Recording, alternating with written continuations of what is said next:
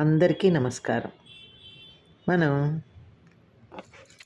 శివపదం నుంచి శ్రీ సామవేదం షణ్ముఖ శర్మ గారు రచించిన శివపదం సంపుటి 2 నుంచి వినాయకుడి, విఘ్నేశ్వరుడు, గణపతి ఇన్ని పేర్లతో అనేక రకాలైన పేర్లతో పిలువబడే ఆ గణనాథుడి యొక్క సంకీర్తన 2వది పాడుకుందామా? పాడుకుని భావం కూడా వారు రచించారు షణ్ముఖ శర్మ గారు. దాన్ని కూడా తెలుసుకుందాం. గరిమ పదమనీసం గణయాము, గరిమ పదమనీసం గణయాము, వరదమూర్తిరీతి ప్రణవాకృతిరీతి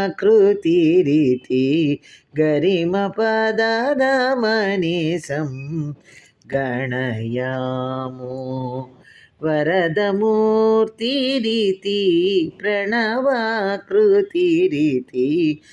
గరిమ పదమనీసం గణయాము. బ్రహ్మణాస్పత్యో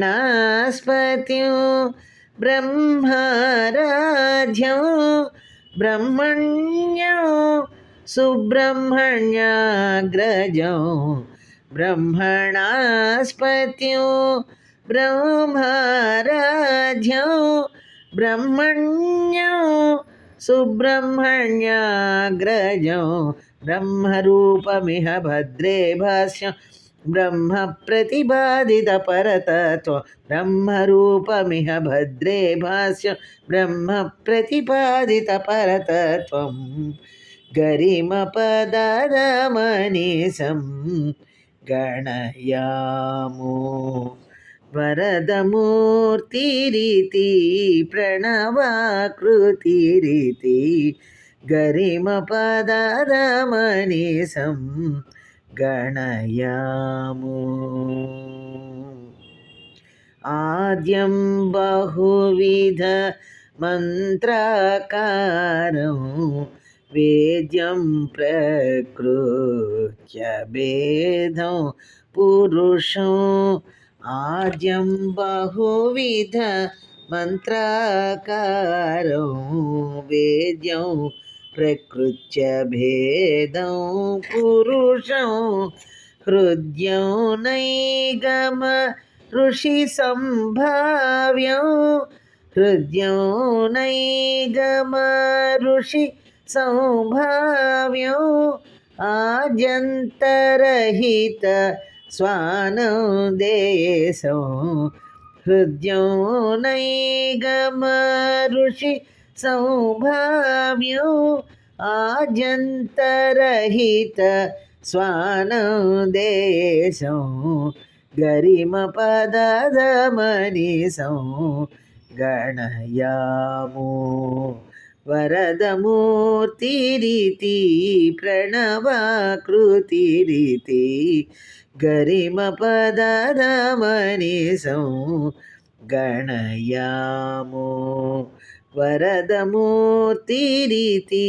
ప్రణవాకృతిరీతి గరిమ పదమనీసం గణయాము. శ్రీ సామవేదం షణ్ముఖ శర్మ గారు ఈ కీర్తనకి చక్కని వివరణ ఇచ్చారు. గొప్పదైన స్థానాన్ని ప్రసాదించే స్వామిని వరదమూర్తి అని, ఓంకార రూపుడని గణిస్తున్నాము, అనగా ముఖ్యునిగా గ్రహిస్తున్నాము. ప్రణవరూపుడైన గణపతినే వేదము వరదమూర్తి అన్నది. వేదమంత్రములకు వాటిచే తెలియబడిన కర్మలకు పతి బ్రహ్మణస్పతి. బ్రహ్మదేవునిచే ఆరాధింపబడే ఆ గణపతి వేద ధర్మ తపోజ్ఞానాలను రక్షించి తద్వారా లోకాలను అనుగ్రహిస్తున్నందున బ్రహ్మణ్యుడు సుబ్రహ్మణ్యునికి అన్నగారైన ఈ స్వామి బ్రహ్మరూపుడే, అనగా పరమాత్మ రూపుడే.